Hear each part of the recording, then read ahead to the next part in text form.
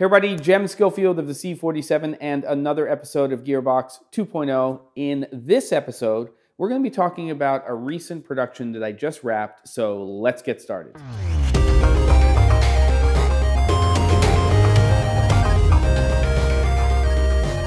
All right, kids, it's another week and another Gearbox, and this one's going to be a little bit different.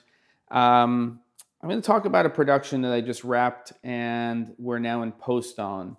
And it's one of those productions that I put into the category, or at least one day of this production, that fits into that handful of productions that I've had in my life where I get to experience something that I normally wouldn't, that is unusual, and that really makes me realize that because of what I do for a living, I have these opportunities. Some of those that I've had in the past, number one, I remember when the Glide Cam Smooth Shooter came out. It was an affordable vest-based gimbal system, very similar to a Steadicam, but was at the time really groundbreaking because it was affordable. And I was shooting a pilot for a travel show in Scotland for about a month.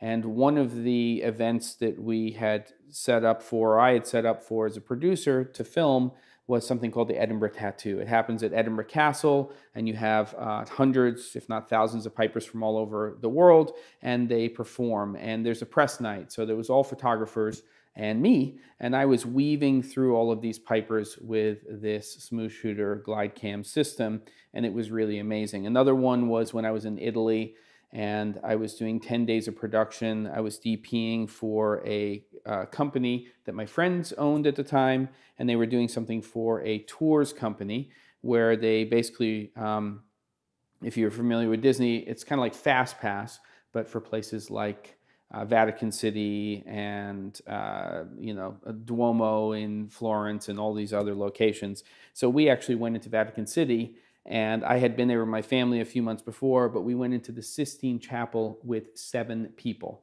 which was just mind-blowing. And I was filming in the Sistine Chapel. And there's been a few others, Japan for teaching and some other opportunities that I've had. What we did on this Zeiss project about a week and a half ago, flew down to the Vegas area, had a good friend of mine who's a cinematographer, James Kwan, flew up from Albuquerque, and then 2 other people from Portland area who flew down, Kenji and Paige, who were drone operators for this particular project. And what I'm doing is I'm doing a series that is based on the Batis family of lenses from Zeiss. So these are all E-mount lenses. There's 5 focal lengths. We've got 18, 25, 40, 85, and a 135. They all have AF. We wanted to feature them with Sony camera systems, so we were using the A7III and also the FS7II. And really, this is a couple of videos where we're talking about the features of the lenses and then a lens application video. So when speaking with Richard Sluning from Zeiss, we started to talk out some ideas. WPPI was happening. He was going to be in Vegas. And we decided, how about we do something that's not Vegas, and we do something that's lifestyle-based, and we do something at Red Rock Canyon Conservation Center. We were in the middle of a government shutdown, which you may have heard about. If you live here, you absolutely did hear about it. And even with that shutdown ending, maybe, getting permitted to shoot at Red Rock Canyon isn't the easiest thing in the world. Now, you have to have production insurance, you have to do all the right things. I'm just going to kind of talk to you about some of that stuff, and then I'm also going to show you some of the behind the scenes and a couple of little shots that we got. So as a producer, and putting that hat on, what I have to do is I have to figure out, can we actually do this? So the first thing I did is I put in the plan B. Is there somewhere else that we can film that will give us something that's sort of like what we're looking for, though there's nothing like Red Rock Canyon? And so I found another place called the Gun Club, which is nothing to do with guns per se, which is a climbing location where you don't have to permit. So that was backup plan. Then reached out to a place called Desert Rock Sports, and they are a shop that is in north, I guess it's northwest Vegas, and they're on their way out to Red Rock Canyon. And they really also have another company that are the official guides, or at least one of the official guides at Red Rock Canyon for climbers. So I contacted them, and then you start to go through this whole process. Now the government shutdown ended, But the president said that in 3 weeks something might happen, and this production was going to happen after that 3 weeks ended. But I just started the whole process. So we hired, the right guides, which made it easier. We had to contact the land management department, and we had to start the permitting process. And it was very stressful, not knowing whether or not we were going to get the permit, how we were going to do it. But it's about due diligence. It's about reading all those forms. It's providing all of the insurance, the correct paperwork, hiring the right drone people. Kenji, who's with ACAM, happens to be part of the, the committee or the body that actually has something to do with the FAA guidelines and regulations. So he knows where you can fly, where you can't. He has all of the right paperwork. He has a license and all of that kind of stuff. So a lot of getting this stuff done, if you're lucky and it all fits together at the right time, is about doing that. And then being ready to pay and do everything right at the right time. So we're leaving on Sunday for the production. Paperwork prior week, this is approved, pay that. This is approved, pay that. And we got permitted, I think, on Thursday afternoon.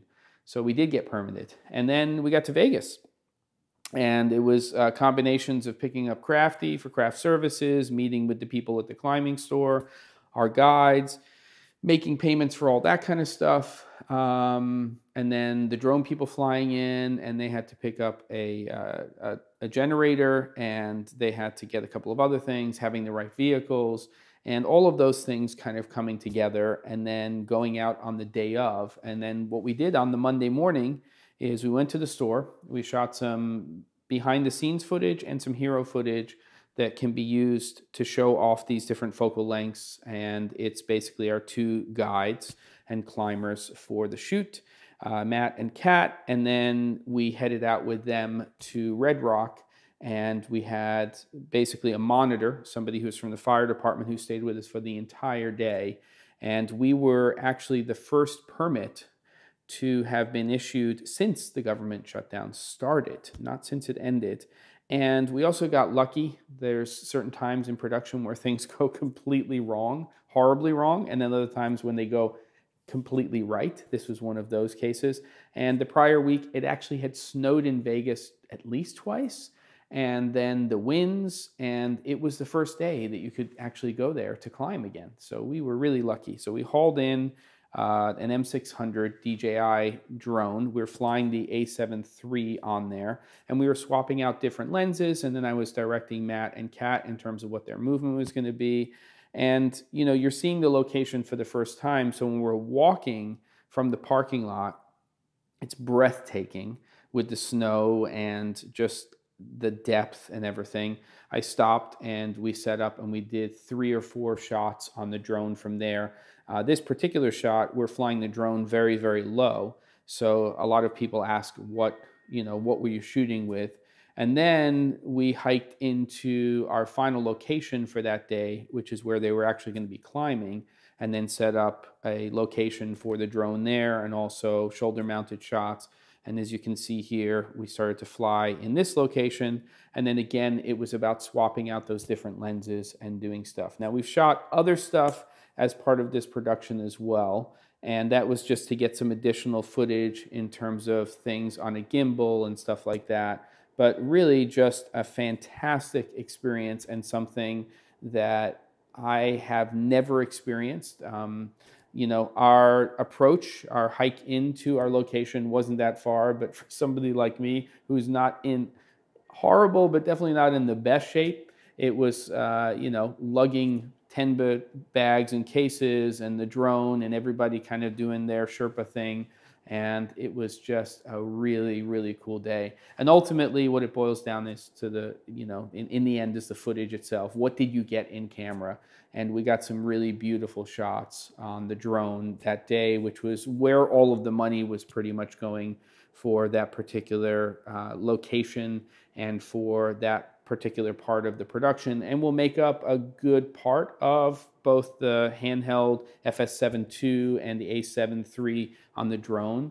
It'll make up a really good part of the kind of content in terms of the lens application part of this video. It's just kind of nice to sometimes talk about productions that I do and some of the things, and maybe give you some insight into some of the things I'm doing outside of Gearbox. And hopefully you found that interesting, and I'll see you guys, well, hold on, subscribe and tap the bell. Camera and Flask every Wednesday at 6 p.m. Eastern, and now I'll see you guys next time on Gearbox.